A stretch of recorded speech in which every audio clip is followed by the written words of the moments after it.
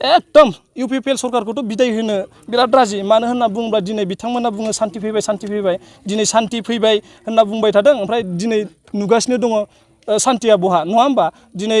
सासे सिगनेटरि मानसियानो जुदि जेलाव थानानै बोरै सान्ति जानो हानो बेजों लोगोसे नै दा बावैसो गिदिर बिदिन्थि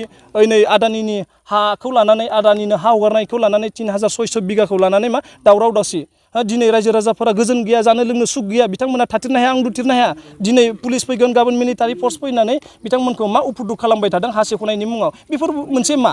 असान्ति नङा होमबा बेखौ जों बोरै सान्ति बुंनो हानो UPPL जिन्दाबाद जिन्दाबाद जिन्दाबाद हाग्रामा महिलारि जिन्दाबाद जिन्दाबाद जिन्दाबाद 39 नं 5 नं सेरफां बियाबाव जोंहा निउ जेनेरेशन आरो इउथ सेल मोननैजों जथायै मोनसे एग्जिकिउटिभ मेल लादों बे मेलाव जोङो फैबाय थानाय 2025 मायथाइनि जिथुनिखि जानो गोनां BTC इलेक्शन बेखौ नोजोर बोनानै जोङो दिनैनि नैबे समाव गुवारै सावरायलायनाय जादों जे ग्राउन्ड लेभेलाव जों लाइमोन आरो निउ जेनेरेशना माबायदि खामानि मावनांगौ बिनि सायाव जोङो दिनै गुवारै सावरायलायदों बे सावरायलायनायाव जोंहा ब्लकनि दैदेनगिरि बोसोनगिरि बिथांमोना जोंखौ मोजां गुवारै बिबुंथि लाखिदों आरो नैबे समाव जोङो माबायदि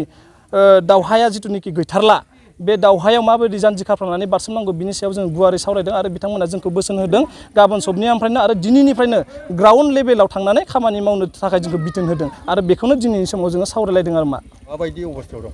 जोंनि BPFआथ' जोंनि 5 नं सेरफाङाव बिराद मोजां बुंनो थाङोबा एकदम मा होनगोन खोब स्ट्रं आरो मानो होनना बुङोब्ला जोंहा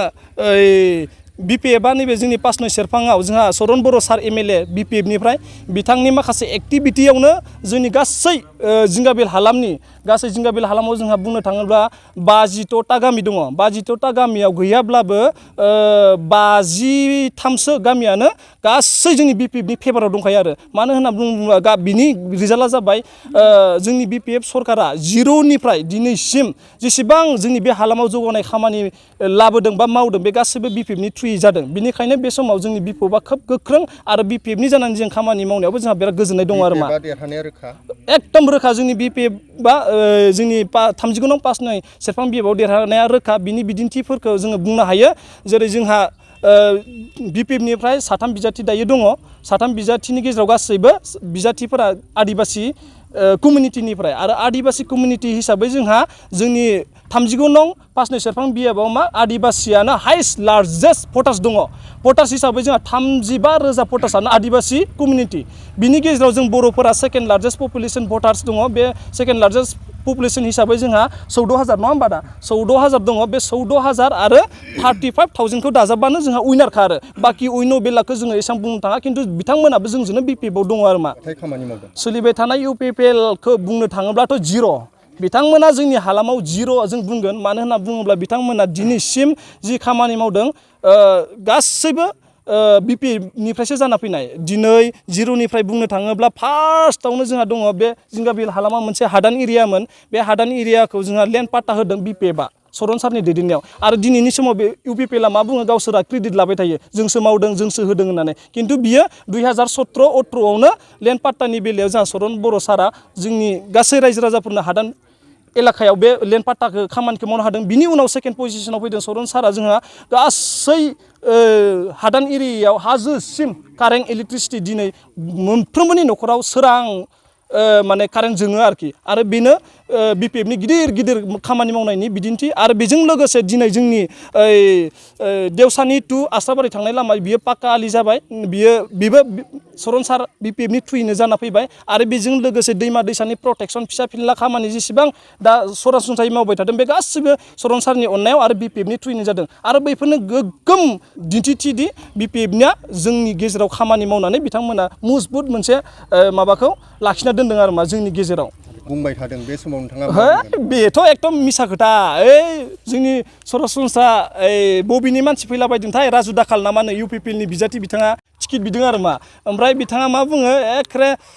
गावसोरखौनो देरहागोन होननानै बुंना लाबाय थायो ओमफ्राय बिनि बेलायावथ' आं दिनैनि समाव बुंगोन राजु दाखालखौ जों रावबो सिनाया एक्सुवेलि राजु दाखाला बेनि इन्डिजिनियासबो नङा जोंनि बेनि हादान एरियानि बा बे हालामनि 5 नं सेरफांनि थागिबि बिथाङा नङा बिथाङा बबेबा सनितपुरनिसो ना मा होनो तेजपुर नामाथाय ओमफ्राय बिथाङा मा गेजेर ससेयाव जोंनि ससेयाव फैनानै मा UPPLनि बिजाथि जानो टिकेट मोननायनि बेलायाव गावखौनो मोजां एक्टिभिटी दिन्थिनो थाखाय ओइ सोरबा सासे सानै मानसिफोरखौ लानानै फैसा रानथिंलाबायनानै जोंनि हालामाव मा गरम खालामलाबायदों आरो मा ओमफ्राय बिथाङाथ' देरहाया बिथाङा जोंनि हालामाव गैयाबाबो खोब 1000 2000 भट मोनगोन आरो नेपाली कमिउनिटी हिसाबै जोंहा भटार्सफोरा दङ जोंनि 5 सेरफांनि बियाबाव मथा-मथि 4500 दङ भट ओमफ्राय बेखौ लानानै बिथाङा मा राजनिति खालामनो आरो बेखौ लानानै बिथाङा भटआव देरहाया बिथाङा दा जेसेबांखिनि फैसा गारलाबायदों उदाय मुदाय फैसा गारलाबायदों बिथाङा आं बुंगोन बिथांखौ राजु दाखाल बिथांखौ बेखिनि फैसाखौ बिथाङा मिनिंलेस खामानियाव बाहायालासिनो बेफोरबायदि ओरैनो बाहायालासिनो बेफोरखिनि फैसाखौ बिथाङा मानो केम्पेनिंनि मुङाव गारालासिनो बेखिनि फैसाजों बिथाङा न'आव थांनानै मा बेफार फालांगि खालामनानै गावखौनो मोनसे स्ट्रं एस्टाब्लिश खालामना लायोब्ला मोजां होननानै आं सानो आरो बिदि मिनिंलेस फैसा गारनानै आङो बिथांखौ राजनितियाव केरियार दानो हागोनखौ आं नुहुराखै आरो मा एकदम UPPL सरकारखौथ' बिदाय होनो बिराद राजि मानो होनना बुङोब्ला दिनै बिथांमोना बुङो सान्ति फैबाय दिनै सान्ति फैबाय होनना बुंबाय थादों ओमफ्राय दिनै नुगासिनो दङ सान्तिया बहा नङा होमबा दिनै सासे सिगनेटरि मानसियानो जुदि जेलाव थानानै बोरै सान्ति जानो हानो बेजों लोगोसे नै दा बावैसो गिदिर बिदिन्थि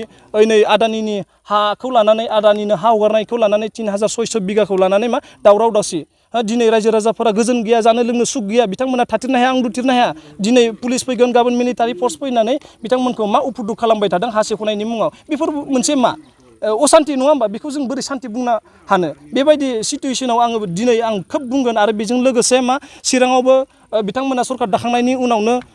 बर' बिमाफोरनि सायाव एभेक्सन खालामदों नङा होमबा बे एभेक्सन खालामनायनि सायाव जों बोरै सान्ति बुंनो हानो नङा होमब्ला जोंनि बर' बिमा बिफाया एसेबां रेल लामा गाथे बिटिआर एकर्ड खालामना फैबाय बा बिटिसि खालामना फैनायनि उनाव बेफोरबायदि सिटुवेसन जों फेस जाबाय थानांगौ बेखौ बोरै सान्ति बुंनो हानो निस्सय बे सान्ति जायाखै बेजों लोगोसे जों लाइमोनफोरखौबो बिथाङा सान्ति खालामनो हायाखै बिथाङा गासै बाथ्राखौनो नंखाय बाथ्रा बुंबाय थायो दाख्लै बावैसो बुंदों बिथाङा मा 2 लाख रां होगोननो जों बायदि सुबुं लेखा गोरों सुबुं BA पास MA पास जायफोरा ओरैनो दङ बिथांमोननो मा 2 लाख रां होगोन होननानै बिथांमोना बुंदोंमोन आरो मा खिन्थु जों दिनैसिम मोननो हायाखै मोनदों होमबा मोनाखै जों नङा होमबा जों मोनाखै रावबो मोनाखै आरो बेजों लोगोसे स्कुल कलेजफोराव गासैबो फरायसाफोरनि थाखाय मा फ्रि एडमिसन खालामना होबाय होनना बुंदों बिथाङा बेखौबोथ' जों मोनाखै नै दाख्लै बावैसो उदालगुरियाव जोंहा जोंनिनो मावथि बिथांनि फिसाजोआ मा एडमिसन खालामनो हायियाव जोंनिफ्राय रां अनसुंथाइ बिहरलायनो गोनां जादों आरो बेयावसो जोङो सार्भे खालामना मोनदों दे स्कुल कलेजाव मा माखासे क्राइटेरियाखौ नायनानै मा गैयानो माने फ्रियानो जाया माने होमबा बेफोरखौ जों बोरै मा बुंनो हानो सान्ति फैयाखै एक्चुअलि आरो खामानि होनायनि बेलायाव आं मोनसे खोथाखौ नुदों आरो UPPL गभर्नमेन्टआ जोंनि बे हालामाव लाइमोनफोरनो खामानि होनायखौसो बुंगोन ना मागोनथाय थारमाने बिथांमोननि खामानि होनाया मा सान्दुं गोसायाव रं थेमा लानानै पस्टार लिरनाय आरोखि बिथांमोना लामानि दालां बेनिफ्राय माबायाव एकदमबारे सान्दुं गोसायाव सेंग्राफोरखौ रं थेमाजों जै UPPL जिन्दाबाद जइन UPPL बेफोरबायदि लिरनायखौल' जों नुबाय थादों आरो मा लाइमोनफोरनो बेखौनो खामानि होदों नामाथाय आं बुंस' हाला बेबायदि खामानिखौसो मावनाय नुसोलायदों आरो मा जोंनोथ' स्पेसियेलि जेबो खामानि होआखै बिथाङा